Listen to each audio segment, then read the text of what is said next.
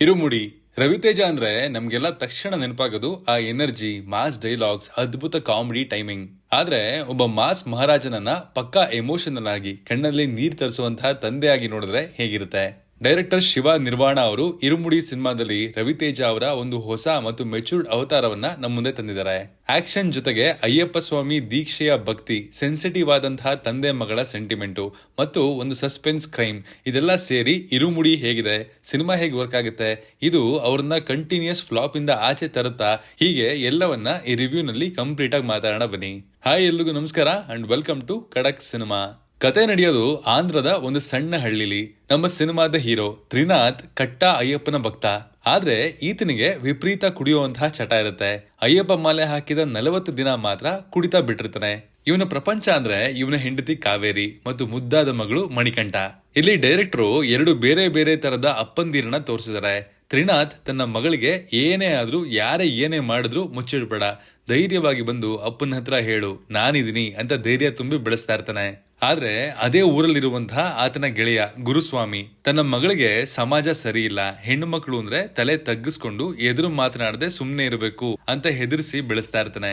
ಇದೇ ಟೈಮಲ್ಲಿ ಆ ಊರಲ್ಲಿ ಕೆಲವು ಶಾಲಾ ಹುಡುಗಿಯರ ಮೇಲೆ ಅಟ್ಯಾಕ್ ಆಗುತ್ತೆ. ನಿಗೂಢ ಸಾವುಗಳು ನಡೆಯೋದಕ್ಕೆ ಶುರುವಾಗುತ್ತೆ. ಈ ಕ್ರೈಮ್ಗಳಿಗೂ ತ್ರಿನಾಥ್ ಮಗಳಿಗೂ ಏನ್ ಸಂಬಂಧ? ಅಯ್ಯಪ್ಪ ದೀಕ್ಷೆಯಲ್ಲಿರುವಂತಹ ತ್ರಿನಾಥ್ ಈ ಕಂಟಕದಿಂದ ತನ್ನ ಮಗಳನ್ನ ಹಾಗೂ ಊರಿನ ಹೆಣ್ಣು ಮಕ್ಕಳನ್ನ ಹೇಗ್ ಕಾಪಾಡ್ತಾನೆ ಅನ್ನೋದೇ ಇರುಮುಡಿ ಸಿನಿಮಾದ ಪ್ಲಾಟ್. ಪರ್ಫಾರ್ಮೆನ್ಸಸ್ ಬಗ್ಗೆ ಮಾತಾಡೋದಾದ್ರೆ ರವಿತೇಜ ಗುರುವೆ, ಈ ರೇಂಜ್ ನ ಒಂದು silent and strong performance Raviteja ಅವರಿಂದ ಬಂದು ತುಂಬಾ ದಿನಗಳೇ ಆಗೋಗಿತ್ತು. ಕಮರ್ಷಿಯಲ್ ಇಮೇಜ್ ನ ಪಕ್ಕಕ್ಕಿಟ್ಟು ಒಬ್ಬ ಸಾಮಾನ್ಯ ತಂದೆಯಾಗಿ ಮಗಳಿಗೆ ಮಿಡಿಯುವಂತಹ ಜೀವವಾಗಿ ಅವರು ಲೈವ್ ಆಗಿ ಆಕ್ಟ್ ಮಾಡಿದ್ದಾರೆ. ಎಮೋಷನಲ್ ಸೀನ್ ಗಳಲ್ಲಿ ಅವರ ಕಣ್ಣಲ್ಲೇ ಆ ನೋವು ಮತ್ತು ಕೋಪ ಎದ್ದು ಕಾಣುತ್ತೆ. ಅವರ ಪರ್ಫಾರ್ಮೆನ್ಸ್ ಸಿನಿಮಾದ ಮೇಜರ್ ಹೈಲೈಟ್ ಅಂತ ಆರಾಮಾಗಿ ಹೇಳ್ಬೋದು. ಇನ್ನು ಬೇಬಿ ನಕ್ಷತ್ರ, ಈ ಸಿನಿಮಾದ ನಿಜವಾದ ಸೋಲ್ ಈ ಪುಟಾಣಿ. ರವಿತೇಜ ಮತ್ತು ಈ ಮಗುವಿನ ಬಾಂಡಿಂಗು ಪ್ರೇಕ್ಷಕರಿಗೆ ಪಕ್ಕಾ ಕನೆಕ್ಟ್ ಆಗುತ್ತೆ. ಮಗಳಾಗಿ ಎಮೋಷನಲಿ ನಮ್ಮ ಕಣ್ಣಲ್ಲೂ ನೀರು ತರಿಸೋ ಹಾಗೆ ಅಭಿನಯ ಮಾಡಿದೆ ಈ ಮಗು. ಅವ್ರಿಗೆ ಒಂದು ಅಪ್ಲಾಸ್ ಬರಲೇಬೇಕು. ಇನ್ನುಳಿದಂತೆ ಹೀರೋಯಿನ್ ಪ್ರಿಯಾ ಭವಾನಿ ಶಂಕರ್ ಹಾಗೂ ಸಾಯಿ ಕುಮಾರ್. ಪ್ರಿಯಾ ಅವರ ರೋಲು ಸ್ವಲ್ಪ ಚಿಕ್ಕದಾದ್ರೂ ತಾಯಿಯ ಪಾತ್ರದಲ್ಲಿ ಇಂಪ್ಯಾಕ್ಟ್ ಇದೆ. ಇನ್ನು ಸಾಯಿ ಕುಮಾರ್ ಅವರ ಆ ಹಳೆಯ ಕಾಲದ ಮೈಂಡ್ ಸೆಟ್ ಇರುವಂತಹ ತಂದೆಯ ಪಾತ್ರದಲ್ಲಿ ನ್ಯಾಚುರಲ್ ಆಗಿ ನಟಿಸಿದ್ದಾರೆ. ಅಂಡ್ ಆ ಪಾತ್ರದ ಏಸ್ಥೆಟಿಕ್ಸ್ ಮತ್ತು ಕಾನ್ಫ್ಲಿಕ್ಟ್ಸ್ ಗಳು ಚೆನ್ನಾಗಿದೆ. ಟೆಕ್ನಿಕಲ್ ಸೈಡ್ ಅನಾಲಿಸಿಸ್ ನ ನೋಡೋದಾದ್ರೆ ಡೈರೆಕ್ಟರ್ ಶಿವ ನಿರ್ವಾಣ ನಿನ್ನು ಕೋರಿ, ಮಜಲಿ ಈ ಸಿನಿಮಾಗಳನ್ನ ಡೈರೆಕ್ಟ್ ಮಾಡಿದ್ರು ಈ ಹಿಂದೆ. ಎಮೋಷನ್ಸ್ ನ ಹ್ಯಾಂಡಲ್ ಮಾಡೋದ್ರಲ್ಲಿ ಇವರು ಎಕ್ಸ್ಪರ್ಟ್. ಈ ಸಿನಿಮಾದಲ್ಲಿ ಒಂದು ಸೆನ್ಸಿಟಿವ್ ಮೆಸೇಜ್ ಜೊತೆಗೆ ಥ್ರಿಲ್ಲರ್ ನ ಮಿಕ್ಸ್ ಮಾಡಿ ಪ್ರೇಕ್ಷಕರನ್ನ ಹಿಡಿದಿಡೋದ್ರಲ್ಲಿ ಯಶಸ್ವಿಯಾಗಿದ್ದಾರೆ. ಸಿನಿಮಾದ ಸೋಲಾದಂತಹ ಪ್ಲಾಟ್ ಪಾಯಿಂಟ್ ಅನ್ನ ಚೆನ್ನಾಗಿ ಆರಿಸ್ಕೊಂಡಿದ್ದಾರೆ. Music by G V. Prakash Kumar. ಇವರ ಮ್ಯೂಸಿಕ್ ಸಿನಿಮಾಗೆ ದೊಡ್ಡ ಪಿಲ್ಲರ್. ಅಯ್ಯಪ್ಪ ದೀಕ್ಷೆಯ ಬ್ಯಾಕ್ ಡ್ರಾಪ್ ಗೆ ತಕ್ಕಂತೆ ಇರುವಂತಹ ಸಾಂಗ್ಸ್ ಮತ್ತು ಇಂಟೆನ್ಸ್ ಸೀನ್ ಗಳಲ್ಲಿ ಬರುವಂತಹ ಬಿಜಿಎಂ ಅದ್ಭುತವಾಗಿದೆ. ಇನ್ನು ಕ್ಯಾಮ್ರಾ ವರ್ಕ್ ಬಗ್ಗೆ ಮಾತಾಡೋದಾದ್ರೆ ಹಳ್ಳಿಯ ವಾತಾವರಣ, ಕಾಡಿನ ಮಧ್ಯದ ರಸ್ತೆಗಳು, ರಾತ್ರಿಯ ಸಸ್ಪೆನ್ಸ್ ಮೂಡ್ ಕ್ರಿಯೇಟ್ ಮಾಡೋದ್ರಲ್ಲಿ ಕ್ಯಾಮ್ರಾ ವರ್ಕ್ ಸಖತ್ತಾಗಿದೆ. ಸಿನಿಮಾದ ಮೇಜರ್ ಪಾಸಿಟಿವ್ ಪಾಯಿಂಟ್ಸ್ ಗಳ ಬಗ್ಗೆ ಮಾತಾಡೋದಾದ್ರೆ ತಂದೆ ಮಗಳ ಬಾಂಡಿಂಗ್ ಸಿನಿಮಾದ ಬಿಗ್ಗೆಸ್ಟ್ ಪ್ಲಸ್ ಪಾಯಿಂಟ್ ಇದೇನೆ. ಕಣ್ಣಲ್ಲಿ ನೀರ್ ತರಿಸುವಂತಹ ಸೀನ್ಗಳು ಬಹಳಷ್ಟಿವೆ. ಸ್ಕ್ರೀನ್ ಪ್ಲೇ ಅಲ್ಲಿ ಆ ಎಮೋಷನಲ್ ಸೀನ್ ಗಳನ್ನ ಸ್ಟಿಚ್ ಮಾಡಿರುವಂತಹ ರೀತಿ ತುಂಬಾ ಇಷ್ಟ ಆಗುತ್ತೆ. ಅದರ ರೈಟಿಂಗ್ ಕೂಡ ತುಂಬಾ ಚೆನ್ನಾಗಿ ವರ್ಕ್ ಆಗಿದೆ ಇಲ್ಲಿ.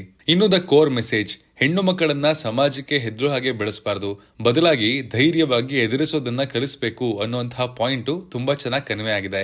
ಅಂಡ್ ಸಿನಿಮಾ ನೋಡುವಂತಹ ಪ್ರತಿ ಫ್ಯಾಮಿಲಿ ಆಡಿಯನ್ ಅಥವಾ ಹೆಣ್ಣು ಮಕ್ಕಳ ತಂದೆಯರಿಗೆ ಸಿನಿಮಾ ಚೆನ್ನಾಗಿ ಕನೆಕ್ಟ್ ಆಗುತ್ತೆ. ಫಸ್ಟ್ ಹಾಫ್ ಅಂಡ್ ರವಿತೇಜ ಅವರ ಆಕ್ಟಿಂಗ್, ಕಥೆಯ build up, village setup and Ravi Teja ಅವರ ಹೊಸ ಶೇಡು ಈ ಸಿನಿಮಾದ ಬಿಗ್ಗೆಸ್ಟ್ ಪ್ಲಸ್ ಅಂತ ಹೇಳ್ತೀನಿ. ಇನ್ನು ಸಿನಿಮಾದ ನೆಗೆಟಿವ್ಸ್, ಮೈನಸ್ ಪಾಯಿಂಟ್ಸ್ ಗಳ ಬಗ್ಗೆ ನೋಡೋದಾದ್ರೆ ಸೆಕೆಂಡ್ ಹಾಫ್ ಪೇಸಿಂಗು. ಫಸ್ಟ್ ಹಾಫ್ ಹಾಗೂ ಇಂಟರ್ವೆಲ್ ವರೆಗೂ ಇದ್ದಂತಹ ಸ್ಪೀಡು ಮತ್ತು ಕ್ಯೂರಿಯಾಸಿಟಿ ಸೆಕೆಂಡ್ ಹಾಫ್ ಅಲ್ಲಿ ಸ್ವಲ್ಪ ಡಲ್ ಆಗುತ್ತೆ. ಸ್ಕ್ರೀನ್ ಪ್ಲೇ ಸ್ವಲ್ಪ ನಿಧಾನವಾಗುತ್ತೆ, ಅದನ್ನ ಬೆಟರ್ ಮಾಡಬಹುದಿತ್ತು. Logics missing and weak villain. ಸಿನಿಮಾದಲ್ಲಿ ಸಾವುಗಳು, ಕ್ರೈಮ್ ನಡೀತಾ ಇದ್ರು ಪೊಲೀಸರ ಸುಳುವೆ ಇರೋದಿಲ್ಲ. ಇದು ನನಗೆ ಪರ್ಸನಲಿ ದೊಡ್ಡ ಲಾಜಿಕಲ್ ಮಿಸ್ಟೇಕ್ ಅನ್ಸಿದ್ದು ಸುಳ್ಳಲ್ಲ. ಜೊತೆಗೆ ಸಿನಿಮಾದ ಅಸಲಿ ವಿಲನ್ ಯಾರು ಅನ್ನೋದನ್ನ ಆಡಿಯನ್ಸ್ ಸ್ವಲ್ಪ ಈಸಿಯಾಗಿ ಪ್ರೆಡಿಕ್ಟ್ ಮಾಡಬಹುದು. ಅದರ ಪ್ರೋಸೆಸ್ ಇನ್ನಷ್ಟು ಬೆಟರ್ ಆಗಿದ್ದಿದ್ರೆ ನೋಡುಗರ ಎಕ್ಸ್ಪೀರಿಯನ್ಸ್ ಕೂಡ ಇನ್ನೂ ಚೆನ್ನಾಗಿರ್ತಾ ಇತ್ತು. ಖಡಕ್ ಆಗಿ ಹೇಳೋದಾದ್ರೆ ಇರುಮುಡಿ ಒಂದು ಡೀಸೆಂಟ್ ಮತ್ತು heart touching family drama. Irumudi ಕೇವಲ ಫೈಟ್ ಮತ್ತು ಕಾಮಿಡಿ ಇರುವಂತಹ ಮಾಮೂಲಿ ಸಿನಿಮಾ ಅಲ್ಲ, ಇದೊಂದು ಎಮೋಷನಲ್ ರೋಲರ್ ಕೋಸ್ಟರ್.